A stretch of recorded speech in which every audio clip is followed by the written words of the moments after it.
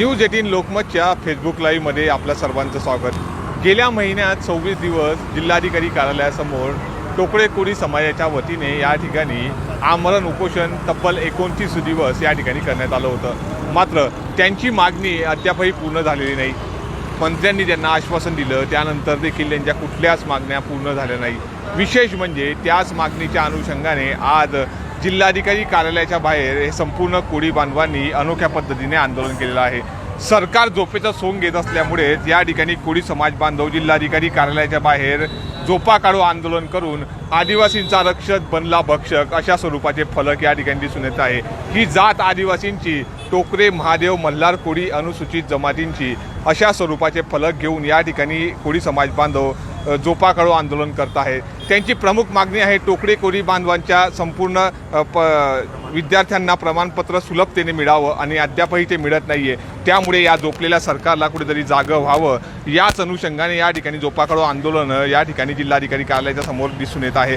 आणि आपण बघू शकतो की महिला देखील मोठ्या संख्येने या आंदोलनात सहभागी झालेल्या आहेत। काही पदाधिकारी या ठिकाणी झोपा काढू आंदोलन करतायत। आपण त्यांच्याशी बातचीत करूयात। दादा, काय सांगाल, नेमकी काय मागणी, अनोख्या पद्धतीचं आंदोलन? आज आमच्या या आदिवासी टोकरी कोळी जमातीतील समाज बांधवांचं आमरण अन्नत्याग सत्याग्रह उपोषणाचा 10वा दिवस 10 दिवस झाले, तरीसुद्धा ह्या शासनाला, या जळगाव जिल्ह्यातील जिल्हाधिकारी व या जळगाव जिल्ह्यातील सर्व साथी प्रांत यांना अजूनही जाग येत नाही। हे झोपेचं सोंग घेण्याचं काम करत आहे व आम्हाला अनुसूचित टोकरी कोळी जमातीतील समाज बांधवांना जातीचा दाखला सुलभतेने मिळाला पाहिजे, ते आम्हाला देत नाही। मागील हिवाळी अधिवेशनामध्ये आदिवासी विकास मंत्री विजयकुमार गावित यांनी हिवाळी अधिवेशनामध्ये स्टेटमेंट दिलं की 2003च्या गॅजेटनुसार आम्ही आदिवासी टोकरी कोळी समाज बांधवांना जातीचा दाखला आम्ही देऊ। मग यांच्या आदेशाला काहीच किंमत नाही का? मग हे हिवाळी अधिवेशन विधानसभा, म्हणजे विधानसभेमध्ये जे तुम्ही स्टेटमेंट दिलं, एक तर ते तुम्ही चुकीचं दिलं आहे किंवा आश्वासन दिलेलं आहे, हे चुकीचा विषय आहे।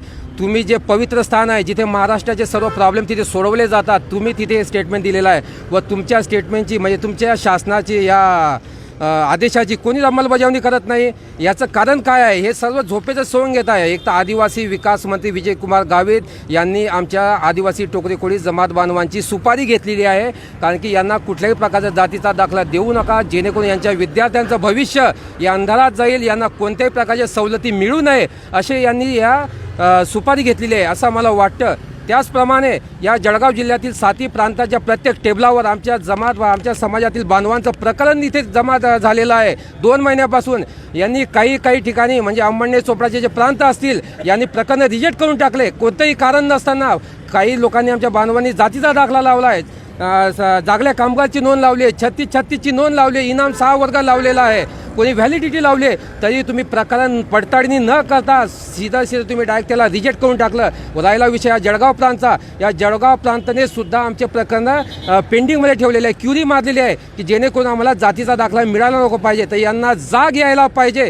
याच्यासाठी अनोख्या पद्धतीनं आम्ही झोपेचं इथे आंदोलन काढलेलं आहे, झोपा काढू आंदोलन काढलेलं आहे। त्याचप्रमाणे या जळगाव जिल्ह्यातील सन्माननीय तिघ मंत्री महोदय यांनी आम्हाला मागील काळामध्ये शब्द दिला होता की तुम्ही आम्हाला 2 महिन्याचा अवधी द्या, या 2 महिन्यामध्ये आम्ही तुमच्या सर्व मागण्या पूर्ण करू।